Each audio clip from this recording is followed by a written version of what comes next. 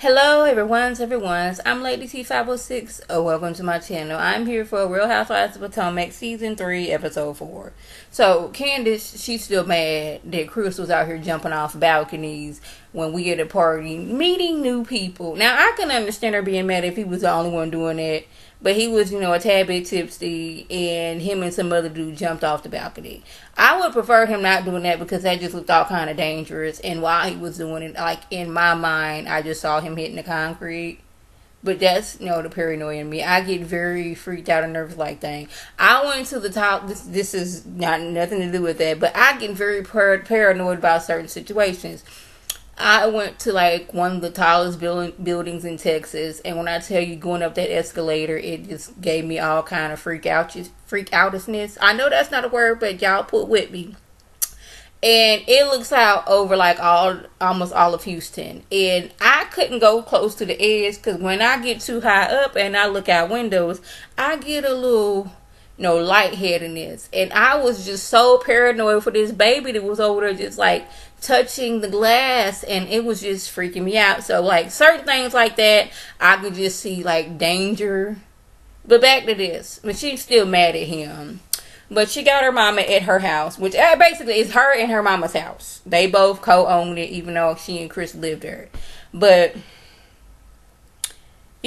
they're discussing the wedding and everything else, and mama wants to walk her down the aisle. But I was like, I can see if, your dad's no longer living or you don't have a relationship with dad and mom wants to walk you down the aisle. But if your daddy in your life, I don't know, I guess this is her mama. Like, you my baby and I raised you. I want to walk you down the aisle. But mama seems like she has too many opinions on what's going on in their life, or mainly her life. Because later on, she was discussing how her and her sister, they want to start a hair line. A hairline. Now, I can't tell you how many hair companies follow me on Instagram. And I don't know how they find me, but I have at least 6 people that follow me on Instagram that have a hair company. But she says she want to be a part of those people with a hair company. But she would like to have a storefront. And I was like, you know what? That would be nice because, sometimes I don't buy any hair on there because I don't do anything to my hair. I'm very lazy when it comes to my hair because my hair don't want to act right. My hair is very straight at the roots, but my back is poofy. I don't get it. Usually it's the other way around. And I just had the most trouble this morning just trying to lay down my edges. They just wanted to curl up on me, even though they sometimes want to be straight, then sometimes they want to be curly, but the majority of the time they straight. I don't know if I just put the wrong type of product on, but my hair just don't want to act right. But for those who like hair and do weaves and such, that would be a kind of good thing to where you can just go to the store and you can look at the product as opposed to you buying something and they send the wrong thing or it's not the right texture. But I'm like, if that's what she wanted to do, that's good. But like other things in her life, mama has an opinion on how she should run her company. Yeah, mama's still treating her like a baby. Yeah.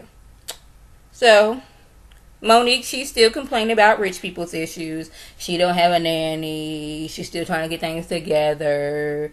All these other things. While she has a room full of grown folks in there that could be helping her out getting things together.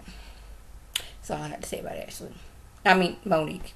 I'll look at my notes and I see Ashley. Now let's get on to Ashley. The more and more I hear about her mama's situation, the more and more I'm like, Mama, what's wrong with you? I'm wanting to think that. Now, I shouldn't think that because I wouldn't want nobody to ask me a question like that about my mama. So, she's in therapy. But first, I wanted to side-eye her like, you in therapy, but you filming this. Okay, this is what we doing. So, she tells the therapist that, her daddy left her when she was 1. And, mama was a single mama and helping her out. She met dude who is her boyfriend. Now, this is the first, I thought this was a husband. Then I was like, she don't want to leave her husband. No, this is boyfriend, not husband. Met him when, she was 5.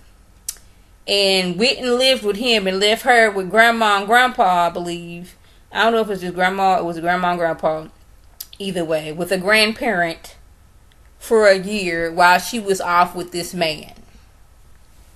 Yeah, just left her off with grandparents while she lived with this man. I'm like, really? You left your child with your mom and daddy so you can be with this man? This is what you telling me. Now, I know some parents, you working out of state and you don't want your child to get out of the school that they in till the school year's over. I can see that. You in the army and you have to go overseas. Leave the child with grandma and grandpa or auntie and uncle or however it is. I could see that. But you going across the doggone it, what's it called? I can't even think of the word. If you going across town just to be with this man and you leaving your 5-year-old child for a year to be with mom and daddy, I'm really want to look at her sideways. And then she's going on about how her mama has a job, but she doesn't have enough money to support herself, the child that she has with this man, and this man who does not work. Now, I don't know why she's still with this man.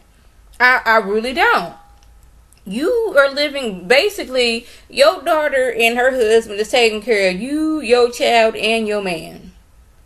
And I don't know how the other daughter is, but does she have a job?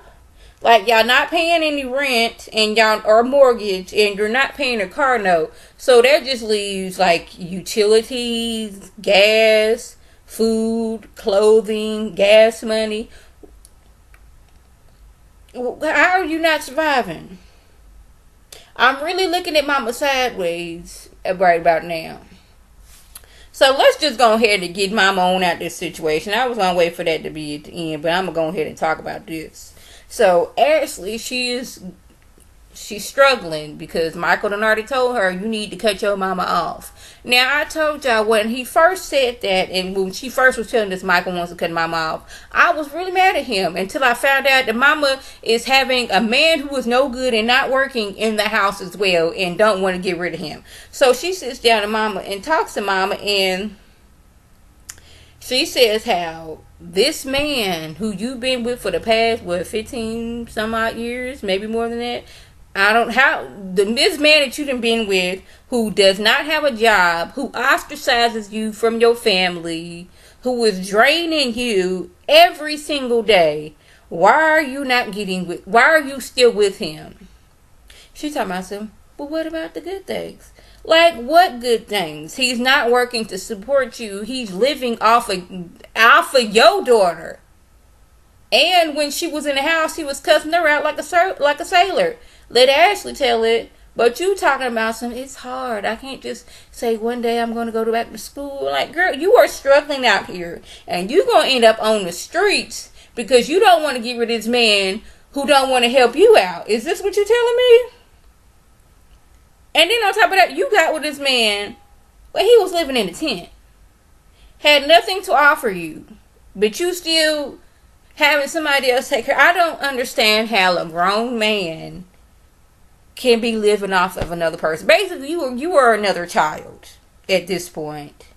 But mama don't want to give up on him. She wants to keep him. Ashley, she's like, look here, mama. I'm trying to help you out and save my marriage.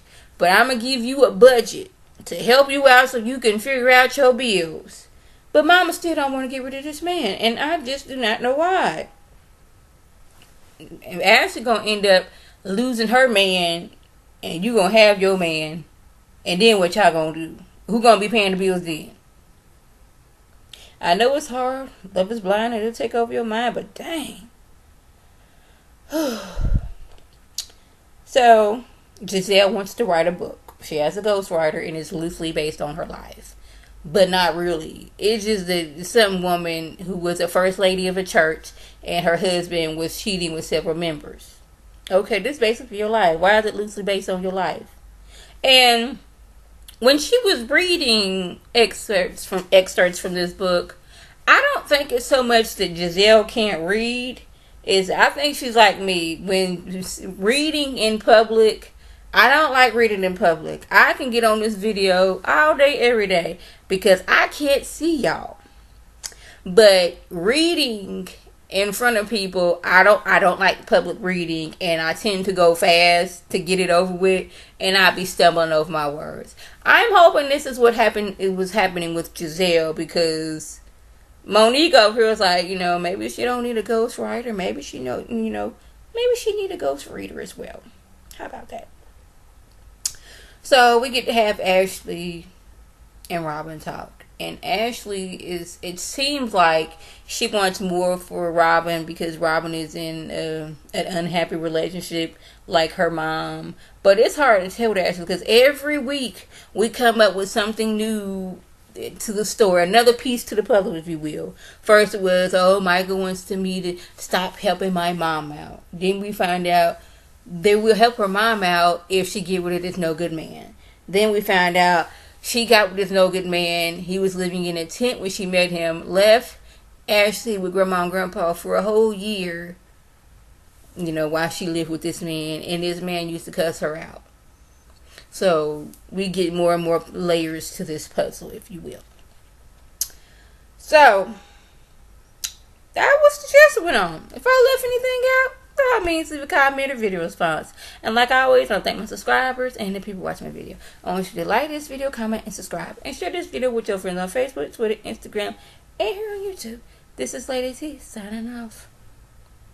Have a good one.